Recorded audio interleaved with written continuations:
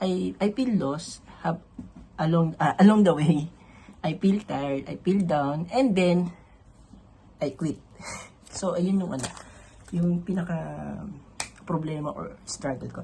Then sabi ko, ayun nga, pag uwi ko, isusulat ko siya, ayusin ko siya.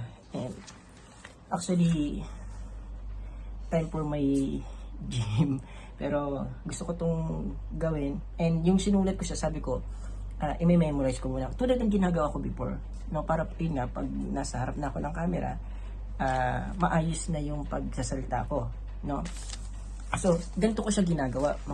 So, yun, baka, makatulong to sa inyo kung paano ko ginagawa yung content ko. So, yun.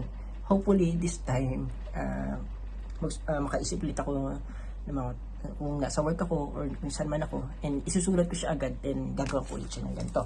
So,